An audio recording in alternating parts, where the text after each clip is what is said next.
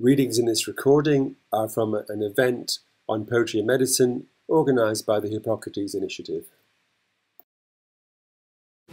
So we're going to start with Lynne, who's going to read us one of Danny's, who died in his 90s last year and was a tremendous supporter of poetry and medicine. Thank you to Donald and Wendy for inviting me to read. I'm going to read a poem of Danny's called The Uninvited, and it's a very different poem from some of his later work. And I thought, just to give you an idea of how he came to write the poem, I'm going to read a brief passage explaining how he himself wrote it. And he said, and this title of the poem is, like I said, The Uninvited. And he was inspired to write the poem after reading Letters to a Young Poet by Rilke. And here, these are his own words. The 8th letter addressed to Capus from Sweden in 1904 stimulated me to write a poem called The Uninvited.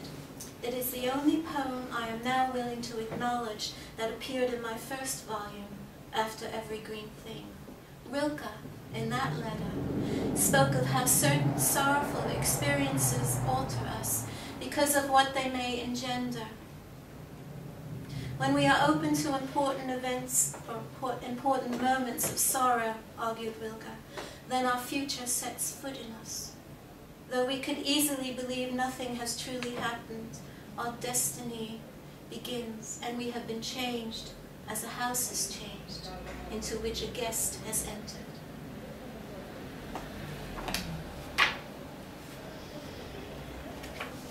The Uninvited by Danny Yapsey. They came into our lives unasked for. There was a light momentarily, a flicker of wings, a dance, a voice, and then they went out again like a light, leaving us not so much in darkness, but in a different place and alone as never before. So we have been changed in our vision, no longer what it was, and our hopes no longer what they were. So a piece of us has gone out with them also, a cold dream subtracted without malice, the weight of another world added also, and we did not ask. We did not ask ever for those who stood smiling and with flowers before the open door. We did not beckon them in, they came in uninvited, the sunset pouring from their shoulders as they walked through us as they would through water. And we are here in a different place, changed and incredibly alone. And we did not know. We do not know ever. And I wrote a poem for Danny a few months after he passed away, and it takes its title from the first line. Your pen rushes to my hand, like your warm hands used to. Are you sending me lines to last for eternity? Once again, I'm compelled to scribble on paper as I stand outside your house. On the wet London street, puddles gather in shadowy places. Just in front of the black gate, beneath the first step, next to the green door, with the bell that doesn't work, and the old falling apart mat. Places where water accumulates, having nowhere else to go. Doors and windows are locked, curtains are drawn, hedges tower above, more pointed, more heaven-reaching, encircle the house like a tomb. Now they keep out the light. During your last years and days, you filled me up with all the light you could. Afraid I've been preparing since we met.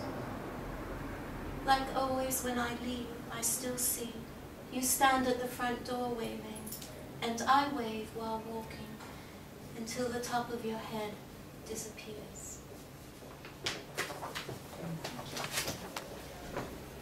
I'm going to read 2 poems. The first is for my mother. We did not ask.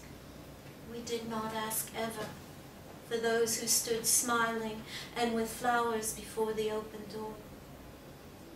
We did not beckon them in. They came in uninvited, the sunset pouring from their shoulders as they walked through us as they would through water. And we are here in a different place, changed and incredibly alone. And we did not know. We do not know ever. And I wrote a poem for Danny a few months after he passed away. And it takes its title from the first line. Your pen rushes to my hand, like your warm hands used to. Are you sending me lines to last for eternity? Once again, I'm compelled to scribble on paper as I stand outside your house. On the wet London street, puddles gather in shadowy places.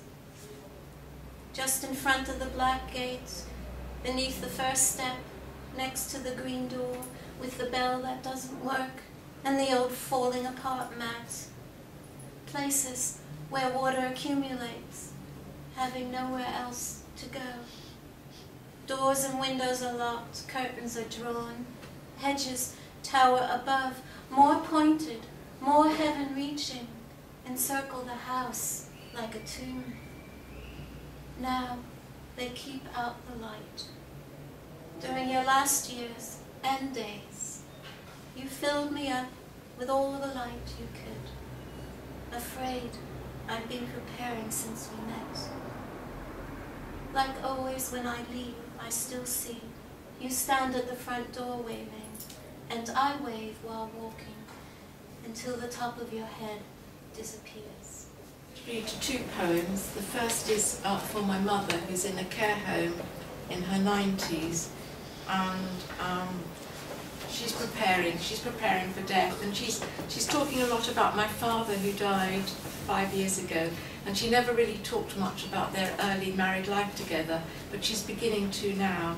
And this actually got second prize in the Hippocrates secondary, and it's called The Doctor's Wife, and it's got 1943 because I thought it's quite important to put the date, because in London there was the Blitz, but in the country in Wales it was very hard too for the doctors, the farmers, who were losing all their young men to go to the war and had to rely on the land girls. And my mother married my father, having been a farmer's daughter, and suddenly she was found she had to deliver babies, which she'd never done before because there weren't the medical staff around. So it's called The Doctor's Wife.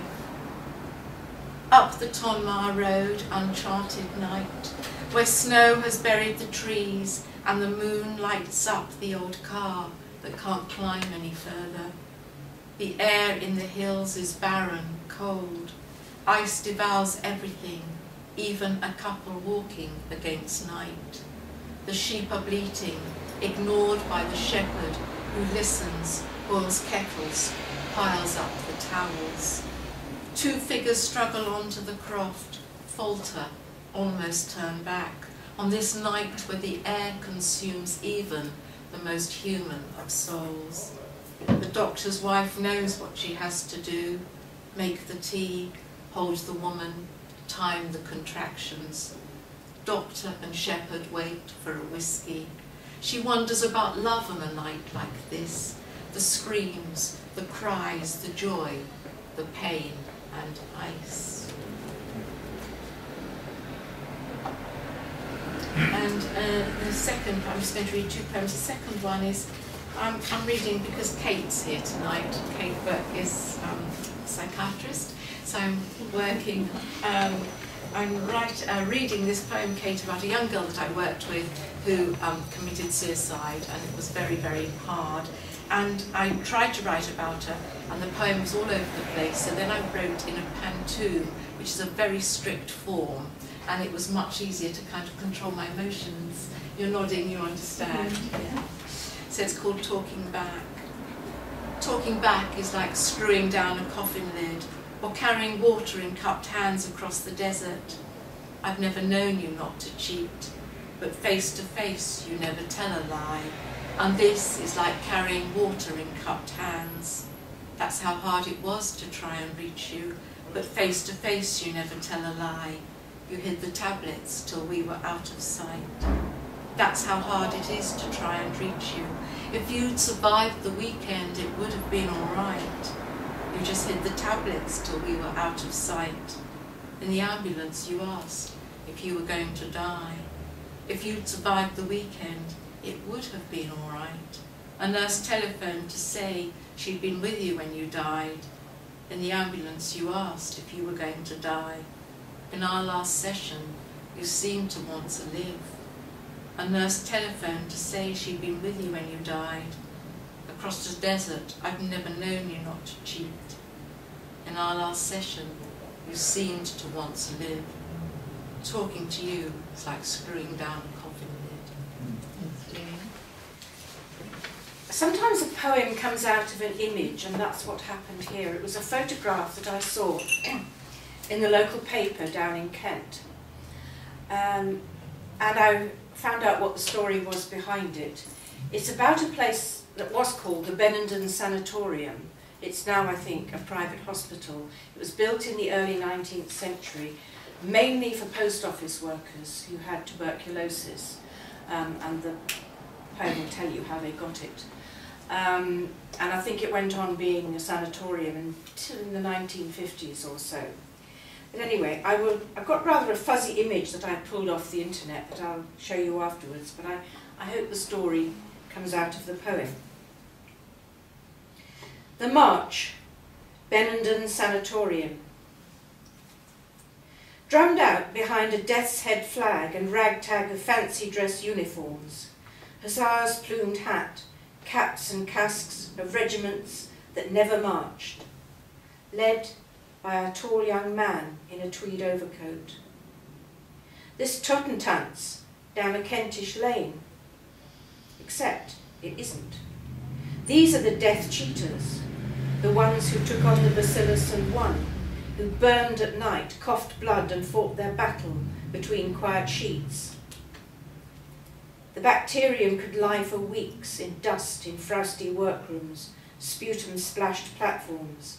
They breathed it, it devoured their breath. In the sanatorium, the air blew sweet, the night came belladonna black. They earned their labels. Lying so still at first, they got OTL1, out to lavatory once, then out to wash, and lastly up all day, weeding the gardens, joining the rows of wan faces in the dining room. Comes the day they gather at the doors of the great curved building, leaving its arms, step out with their guard, with flag and drum, into Green Lane, the hedgerows and life, black skull and crossbones flying overhead. And that, as I say, is a rather indistinct picture of the people who'd recovered being marched out of the sanatorium under the skull and crossbones, saying, "So much for you, death," I suppose. That's really the message. And I'll just read this one that was commended last year, shall I? Please. Okay. This one, as I say, was commended in the Hippocrates Prize last year, and it's called All Clear. A garden door opens. Flowers rush in at her, leaves pat her with soft hands. Birdsong swirls in her ears. She's run the film backwards. Not this time, the final scenes, bleak farewells, short last journey. Colour is allowed. Lilac tree, orange cat, watercolour poppies break out of monochrome. No more counting of days, of minutes, as the sun shaft climbs the wall. She must file her nails, clean the car. Sparrows in the hedge, yellow snapdragons, no longer threats of absence. Clothes, books, settled back into purpose. Meshed again in birthdays and timetables, she steps out into morning. It flows full of answered questions. Traffic rolls smoothly. The certainty of people out on their daily errands. Everyone knowing what they should know. Thank you. This is one of a pair of poems that I wrote some years ago as a kind of elegy to a younger, close member of my family who suffered for many years from severe mental illness. And the deterioration I watched over many years, and eventually I wrote this pair of poems after he died, and this one is called He Has Turned Within. I've left my glasses down there. I think it's a very silly idea. Inside the top pocket of my jacket.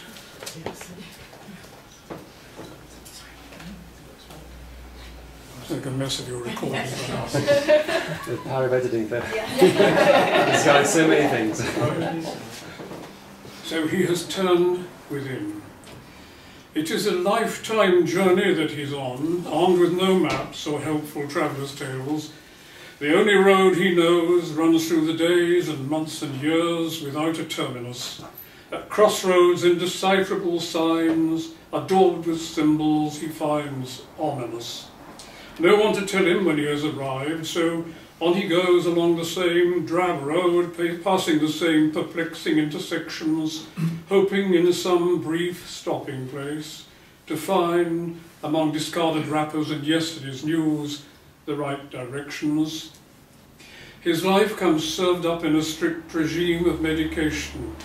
It's his sole routine. Each day, pre-packaged, colour-coded pills follow the sun's course round the windowsills. Hearing his name, he slowly lifts his head. Eyelids open a fraction, eyes look out with a flicker of concentration, but less than attentive, far less than alert. He lives in the shadow of his inwardness, a private labyrinth where access is denied, and we can only guess the depth of his withdrawal and distress. He shudders as a spasm grips his arm with casual violence, twists his frame without warning, brusque and anarchical. His mouth slips sideways with the sudden stroke. Gesture yokes nerve and meaning, a shrug, a wave, an outstretched hand, tell familiar tales, but spasm searches from things incoherent which we cannot master. Even a man blind drunk can make a point with absurd gesticulation, but spasm beyond control, disquieting, flares, rise, and comes to nothing. The startled diners look on horrified as he coughs and gags and chokes and struggles to control his throat's convulsion. And why is a loaded fork still travelling to the danger zone? The feedback circuit's faulty, the system in disrepair. His hand is too unsteady to supply, his mouth is too unready to receive, his mind is much too far away to care. Faced with a choice, he makes a kind of show of listening to the reasons, con and pro, but keeps his own thoughts buried deep inside. The healthy have their options, go or stay, this week or that, tomorrow or today, sail on the morning or the evening tide. But choice is dreamland to a man who knows his mind's at sea, and who depends on those who now pretend it's he who must decide. So he lets silence stand as mute assent, and lives indifferent to each new event, whatever comes, whatever may be tried. Communication comes in monosyllables. You put a point and get back yes or no, or else paralysis unstrings the consonants, lips lose control, the tongue goes rudderless. No innuendo, nothing like modulation, no sotto voce, or a word in the ear, or the mot juste on the tip of the tongue. All eloquence has been locked up within. With speech impounded, thought goes underground. Wrestling with words involves too high a cost to justify expression. Faced with the strain of dialogue, he simply saves his breath. The journey is ending. Lame in speech and limb, and with the weight of years upon him, he has turned within. All is discarded, all is derelict, all is left spare and silent, unattended. He has reached a place of stones, a blank-walled refuge on a headland far away and inaccessible. There, he's alone with bitter winds and the tide's consternation. Listless, he barely catches now the sound of human voices. So, yes, it's been alluded to that I'm a psychiatrist. I find that the poems I'm reading today are both about sort of being on night shift. I guess that's when things happen in psychiatry. So this is the first one, which was in the Hippocrates commended, so it's called Restraint. In the event of amnesia, the body remembers those nights, the taste of them, clotted bloody in your mouth. For your own good now, we hold you down. It takes a 5-nurse embrace, each limb pinned. I wince at the fat slap of your cheek against the mattress. I am your father, mother, brother, captor, lover, all in one. The repetition doesn't escape me, though my hands are tied. This could be a closet, a cell, a bedroom, any 4 small walls to punch against. Like the half-dreamt, wordless childhood hours, your plum-eyed mother on the sofa, your brother stoned, you cowered in the broom cupboard, the lank strands of the mop flopping against your face, bleach shrill in your nostrils, the needle-cold pail cutting into your ribs, your father's ale-stained voice always in your ear. And yet we strip you, wrench your pants down, apply pressure, restraint to your writhing body, silence its howling slurs, all verb and no noun.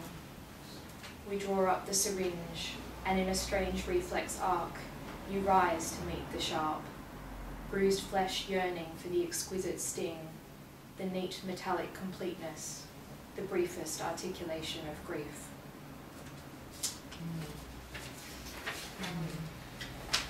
So that was about a patient I saw in seclusion sort of overnight a couple of times. And again, another one about sort of a patient that I know from seeing on night shift around Christmas time, which should be cheery, but it's not. So it's called Offerings. On the ward, Christmas gleams in glittering delirium. She and I, the last awake, sit half watching the TV, the fallen side of her face cast in the cyanosed glow of a school nativity. Tonight she does not speak of the sun's rays burning through her, the hum of electricity in her mind, of gods or other devils.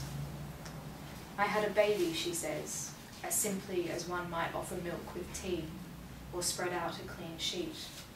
He was taken from me. I know these things on paper, in files, unauthored statements of fact, handed down, unquestioned and unasked, almost biblical, her 30 volumes of loss. But I do not know the sorrow, the neat, coherent stab of it. I reach for her and blindly graze the mollusk sheen of her forearm, the pearly edge of scars. I cannot bear to look at the exquisite truth, the sheer and shimmering grief, garishly illuminated with each pulse of fairy lights, red, yellow, blue. My bleat chimes, the false release of someone else's need. I mumble empty-handed apologies, and her expression returns to a blunt vacancy. In that instant she closes like a seam, caving inward to her muted shelter, away from the taunting chorus of other people's children. In the corridor, the soft procession of dinner trolleys depart. The distant carol of crockery sinks underwater. and I rush-winded into the barren night. Hi, I'm Valerie. Chris, who's sitting at the end, Chris and I take clarinet and poetry into care homes, retirement villages, nursing homes, anyone who will have us really. And what we do is we put together clarinet and poetry recitals on themes. It's quite an opportunity to talk to a lot of older people, obviously, afterwards. And I met a couple last year, and the husband told me their story. In fact, it was a recital that Chris was giving of some swing music. So while he was playing, I had an opportunity to kind of see this couple, and I got very interested in them. And I talked to the husband afterwards, who told me their story. And he was only living in the home because his wife had dementia, so they were living in separate places within the home. This is called Still Life. His room downstairs, her room upstairs. Handed over at the lift, he escorts her to entertainment. Sits on the sofa at the back, arm around her neck, as in their Gaumont days. Loving her stiff half smile, hint of serenity, the way you look tonight. He sings along, taps a rhythm on her shoulder, knocking on her closed door, always looking for a way in, photos, pets, poetry. She used to be an artist, wall-to-wall canvases in a now disposed-of home. In art therapy on Mondays, she chews the paintbrush bristles, slips pastels down her socks, doesn't wave at her husband, framed in the doorway. And then this next one was commended in this year's Hippocrates. It's called Nourishment. Actually, I think it's probably the only sonnet I've ever written. Anyway, Nourishment. After dotting her back with powder, applying cream to her flaking shins, giving a moistening massage to my mother, I can't help notice my own dry skin. I could do yours next time, I suppose. Unable to resist the unplanned pleasure of healing rough soles and neglected toes, I offer up my feet for overdue nurture into the cradle of her thighs which beckon. Her palms inch through each coarse patch, fingers knead the twigs of my tendons. She smooths the troubled brow of my arches, and I, her baby, willingly succumb to the pressure of her wise old thumbs. I've got one more, shall I just do this?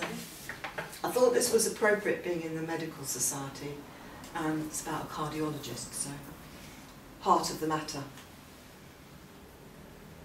The cardiologist makes my heart race, not just because he's tasty in a palpitating way, but because he's willing to explain the procedure and the intricacy, the no-nonsense of the delicate, in a man who does the business, understands the dormant danger, not a god at all, routine plumbing sort of way. The cardiologist makes my heart race, not just because he scrubs up pretty well in cotton greenery, but because the technician declares he really is a wizard, respecting the master craftsman in a sporting hero worship with a finger on the pulse like a bloke-to-bloke mechanic, hands-on sort of way. The cardiologist makes my heart race because he makes another heart pump, unclogs the ageing artery, inserts a ballooning stent, clears lungs of drowning fluid, gives my mother back her breathing in a this is what he's good at, performing his blood flow magic, understated on the table, life-saving sort of way. Even if he can't answer, maybe he can hear you. Worst head trauma I've seen since Vietnam, said the neurosurgeon. Some troubled kid had tossed a baseball-sized rock from an overhead bridge through the car window and my father caught it perfectly. In coma for months before the pneumonia caught him.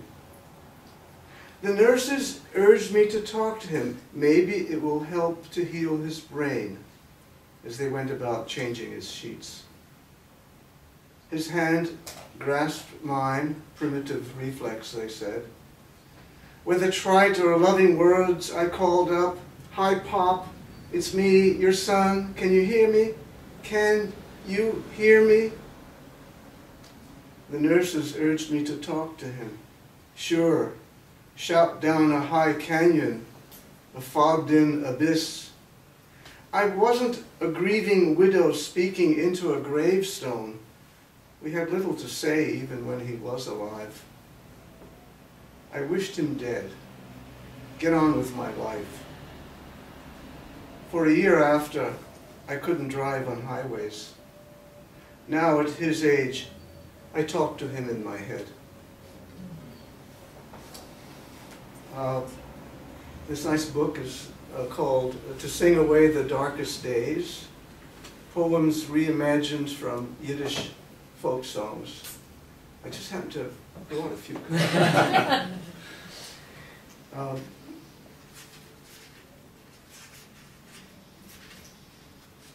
The term Bashert means the destined one. Robert Frost wrote a poem called The Road Not Taken, in which he says, "Two roads diverged in a yellow wood, and I took the one less traveled by, and that has made all the difference." And this poem is an attempt to undo that concept, Bashert, the destined one. And I escaped from Vienna to London, the war. Then Manhattan, where I grew up, became a doctor, marrying M, a Catholic, which made my parents cry. Yearning to cure the world, I flew to Egypt, divorced, met C, an anthropologist, fell in love. This is the one true road I've traveled. And I escaped from Vienna to Palestine, where I grew up, became a GP. Yearning to heal the world, I practiced in the Negev, met C, an anthropologist studying Bedouin traditions, fell in love, joining the road I've traveled. Escaped from Vienna, but not New York or Palestine, grew up in London, a GP, married my classmate's sister E. Our careers estranged us. Yearning to restore my world, I turned to public health, met C, an anthropologist teaching Bedouin culture, fell in love, crossing against the light. Instead of M, Catholic, I married a cousin's friend N, whose warm Jewish family nestled me into suburban medicine. Big house, big pool, Cadillac DeVille, made my parents proud. When N grew morose, I starved, yearning to escape my world. I just walked away, turning to public health, where I met C, my pole star on the only road I've traveled by. Thank you. I teach medical students medical humanities, and one of the joys of teaching that course is that one gets to reintroduce them to poetry. So Wendy's kindly invited me to choose 3 of the poems that I use in my teaching, and that was very difficult to choose because there's quite a lot over the years. I've been teaching now for 13 years. But I've done my best to single out the ones that have such happy and wonderful resonances for me. The first one is called Monet Refuses the Operation. This is by Liesl Müller. And I take my students to the National Gallery. We have a curated tour of the medical parts of some of the paintings, which is absolutely wonderful. And we end up in front of the Impressionists. And every year the selection of Monet's paintings on displays changes. And a wonderful Linda Bolton, who you may have seen in that Frederick Wiseman documentary on the National Gallery, doing her thing, reads this poem for our students, and we can just see the resonances from the poem in the paintings. Monet developed cataracts in his later life, and this is an imagined letter to the doctor about an operation that it was suggested he have to remove the cataracts. Monet refuses the operation by Liesl Müller. Doctor, you say there are no halos around the streetlights in Paris, and what I see is an aberration caused by old age, an affliction. I tell you, it has taken me all my life to arrive at the vision of gas lamps as angels, to soften and blur and finally banish the edges you regret I don't see. To learn that the line I call the horizon does not exist, and sky and water, so long apart, are the same state of being. 54 years before I could see ruined cathedral is built on parallel shafts of sun, and now you want to restore my youthful errors? Fixed notions of top and bottom, the illusion of three-dimensional space, wisteria separate from the bridge it covers. What can I say to convince you the Houses of Parliament dissolves night after night to become the fluid dream of the Thames? I will not return to a universe of objects that don't know each other, as if islands were not the lost children of one great continent. The world is flux, and light becomes what it touches, becomes water, lilies on water, above and below water, becomes lilac and mauve and yellow and white and cerulean lamps, small fists passing sunlight so quickly to one another that it would take long streaming hair inside my brush to catch it. To paint the speed of light, our weighted shapes, these verticals burn to mix with air and change our bones, skin, clothes to gases. Doctor, if only you could see how heaven pulls earth into its arms and how infinitely the heart expands, to claim this world, blue vapour without end. And students are invited to write a response to Monet, either convincing him that he should have the operation or agreeing that he shouldn't. My second choice is by Stephanie Norgate, a perfect example of the paralysed larynx. That is what this poem is called. And I came across this poem and set it in an assignment. And we do tell the students that they really need to have their own response to the poem. But a cheeky student actually emailed Stephanie to find out what the relationship in the poem was, which I thought was, well, quite enterprising, really. And they subsequently wrote about this in a poster that was presented at the Hippocrates Symposium, and Stephanie Norgate came along, and she also was, having had this discussion with this student, it kind of illuminated different things in the poem for her. So that was really special. And I still absolutely love this poem. A perfect example of a paralysed larynx by Stephanie Norgate. In the waiting room we'd stared for hours at the umbrella pine in a painting someone had put there to help us wait. The sky leaked over the moor leaked its heather over the frame, the purple light leaked into the wall from the open field, while your arm leaked into the chair. The consultant's voice was clean and quick. May I take your photograph? His students, busy cartographers, gathered up their implements, torches, lenses, clipboards, words like block of disease. And there was your chest, pale as a birch and as thin. The blue islands, blue as pines, like a map some pressure of geography had caused. Of course, you said, glad to be useful again. Come here and look at this perfect example of a paralyzed larynx. Yet you could still speak. And to me your voice sounded no different, textured, lyrical, like a rough piece of wood you'd handle and plane or turn into shape. Forests in that voice, beech and lark and teak, a good bit of oak, some pine grained as streaming water as wood shavings scattered on a sawdust floor. Months later, driving through woods, there's a patch of larches made papery and apricot by light, their evergreen shapes at odds with the orange needled leaves, and something of you has leaked into them, something you would have said about larchwood.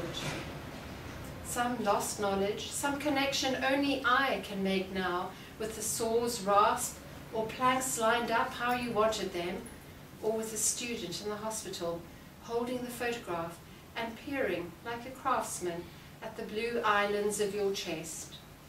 In the arc of suffering, maybe you are there with him, handing him the tools, advising that long muscle of your voice, unbotched and clear. Right, my final choice is by a poet called Carol Sachamurti. She's written quite extensively, but there's only one cycle of medically related poems. They're all absolutely beautiful. The one I've chosen is called How Are You? And I think what I love about poetry's response to medical emergencies is that it allows a restoration of form.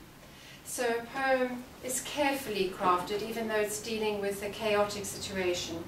And this kind of almost gives the poet, as patient, a sense of control over their situation, and it's a kind of restoration of faith in a way.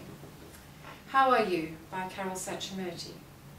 When he asked me that, what if I'd said rather than very well, dreadful, full of dread?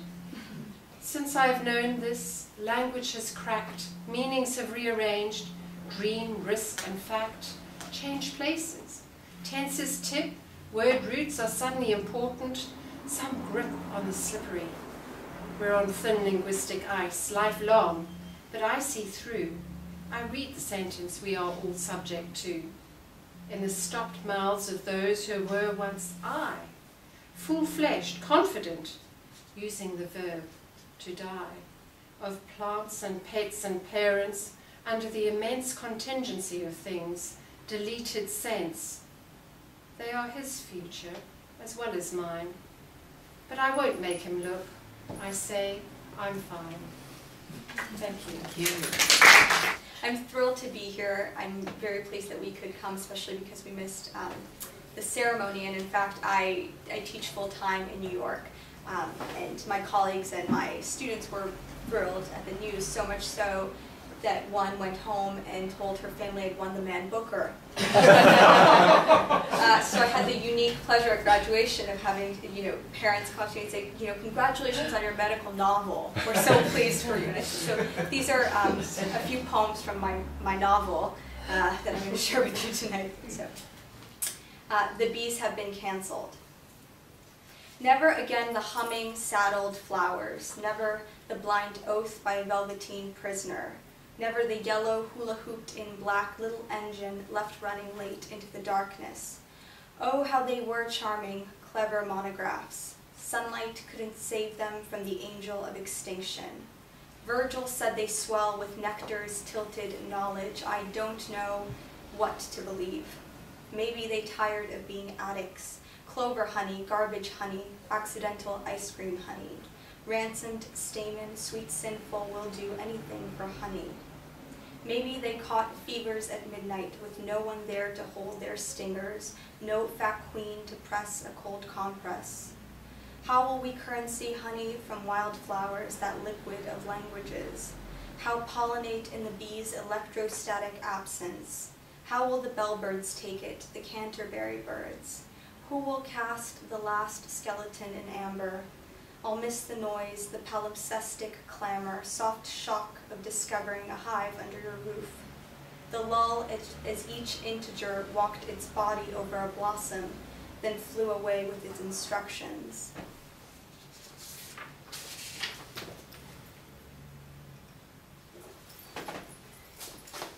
The master's pieces. Iron violet, slingshot carnation, who doesn't envy the painter's do-overs, doesn't dream of white's division, colors spun into a stupor. The more I write, the leaner the binary. 2 colors, 1 ascent over 26 stepladders. Who doesn't envy the painter's process, bodies kneaded out of light into cool, uninjured nothingness? A painter knows her subject when she sees it, figure all flood, all inside-out wolf, as immediate a hook as any hitch in logic. Writing seems absurd by comparison. My hands listen to my brain, listens to my listening. Black on flagstone, bodiless cursive, I write out and back in, and if I'm master at anything, it's taking out the names till something reveals itself. The pleasure of a landscape is immediate. There forever, and by addition you all of a sudden. Suddenly there's you by the haystacks holding a bridle. Or is that the writer again, fawning on a feeling, dreaming of wool's division into further wool, hoping to have and examine closely, too closely, and still to keep on having? Every poem has something trying to escape by a tear the length of its idiom, a name that can be vanquished by an aphra who doesn't envy that. Then suddenly there's a you again, as per our lore. As per our lore, the sky tries to tell me something. I look till there's no distance between me and the looking.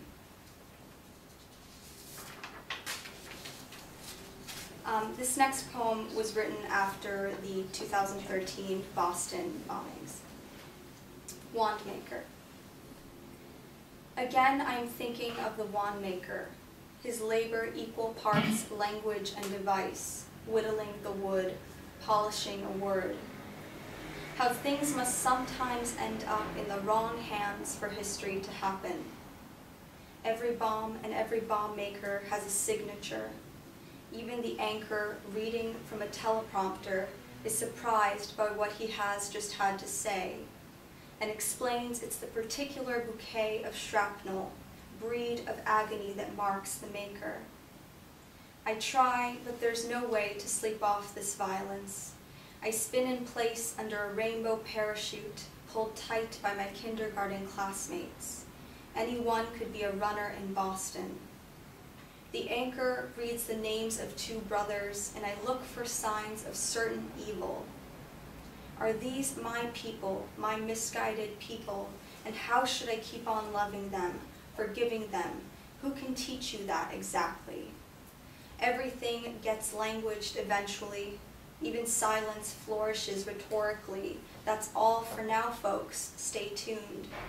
The wandmaker tunes the wood, then steps aside for utterance, to draw a shape in the sacrificial air.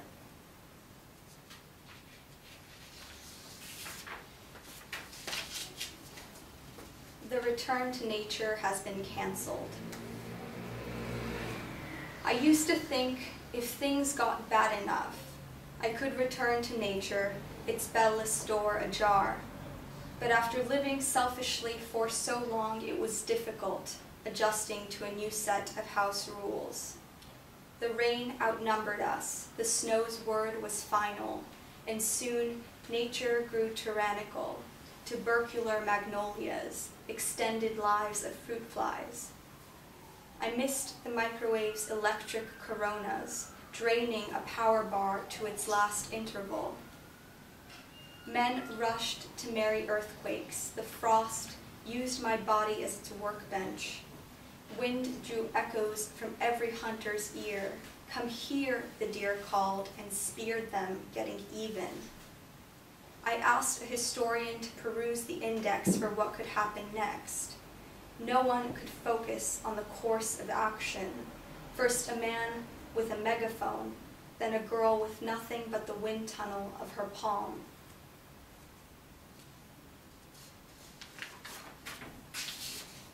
The next poem is called Yard Sale. I'm not sure if there are yard sales in England. It's where everyone brings out, it's called the same? I guess with garage sales. Garage sales, right, it's the same. They're very popular, actually, in states. Everyone just brings out everything they don't want to. It's great. Yard sale. Books, aromatherapy kits, and sheet music. Objects that have lived in the presence of people and will need new owners to remain relevant. The cups would like to be adopted as a set. The spaghetti measurer is skittish around children. Someone has left a newspaper balancing between two levels of a tiered table. The front page glitters with bad news. Anything good is tucked into metaphor. A roller coaster of emotions later, the dog returns unharmed, and the family resumes its battles against the perils on page 1. No one wants to buy anything. They want to peer into each other's lives, press their mouths to strangers' cups, and lift affinities, a few words of Swedish, a talent for Sudoku. I lay the news by the music and patchouli to see if it will unbully it. Someone organizes hurt by color, the blue table dark as the underbelly of an avalanche. There I place an orange napkin, copy of Keats, and hope for a handover of idle goodness, a share of warmth stored in our sugars, passed through the vellum of our touch. Home, an ant drowns in my espresso. I hold a vigil. I can still hear the voice of my teacher reading the part of the ant in a picture book. We're counted on to make a safety of our minds, a world out of objects shared between us. I kiss the cup held by my two hands. My mouth might mend a stranger's mouth.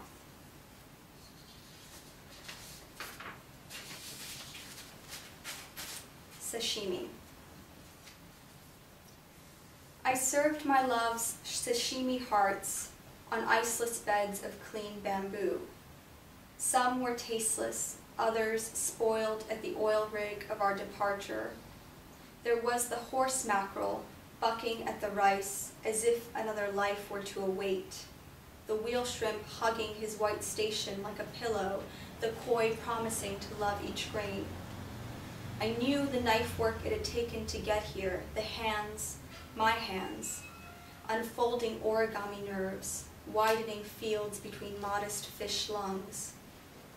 I could smell blood on the stone floor, heard a bell that signaled the start of an auction. I plucked and plucked at another urchin's stitches as my own heart shivered on the scale.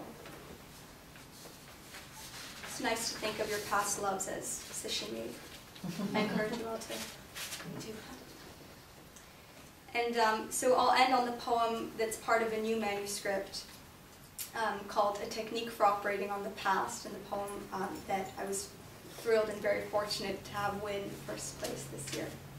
And this poem is for my great-grandfather, Grigore Popa, who was a marvelous neuromorphologist and who, unfortunately, due to sort of the political upheaval and turmoil in Romania, his life and his research was ultimately cut short. So this is a poem for him. A Technique for Operating on the Past. My great-grandfather held a brain and studied it for signs of music. Like all the men in my family, he was a close reader and musician. The day the KGB arrived to take him, his students misplaced the combination to the ether closet. I see him in the armamentarium, choosing between scalpels and scopes, escaping across the Carpathians in peasants' clothes. True, he did not love the state, a symphony full of poorly written solos, but he could hold a brain more steady than any in the university, interrogate its perilous longitudes, cardinal directions for taste and melancholy, yellow tulips, joy. I see him pulling back the hair, that quiet, necessary artifice, to reveal a nesting doll of impulses, then reciting the cold, hard rain of these connections at conferences in Cambridge. A halo of stage whispers as he came as close to candor with the mind as was possible. He understood the officer's parietal lobe, where his punishment waited to be articulated, its obstinacy illustrated in early phrenology by the silhouette of a ram. Always the doctor's burden to reason with that which cannot easily be reasoned. I see him make the first incision, certain, gentle as a breaststroke in the Black Sea. He knew how to tell the brain a story, listen when told one in return, knew that engine of ephemera could be a sentencing, a silence, or a song. Thank you. Entries for the 2016 Hippocrates Prize for Poetry and Medicine are now open. For more information, see our website hippocrates-poetry.org.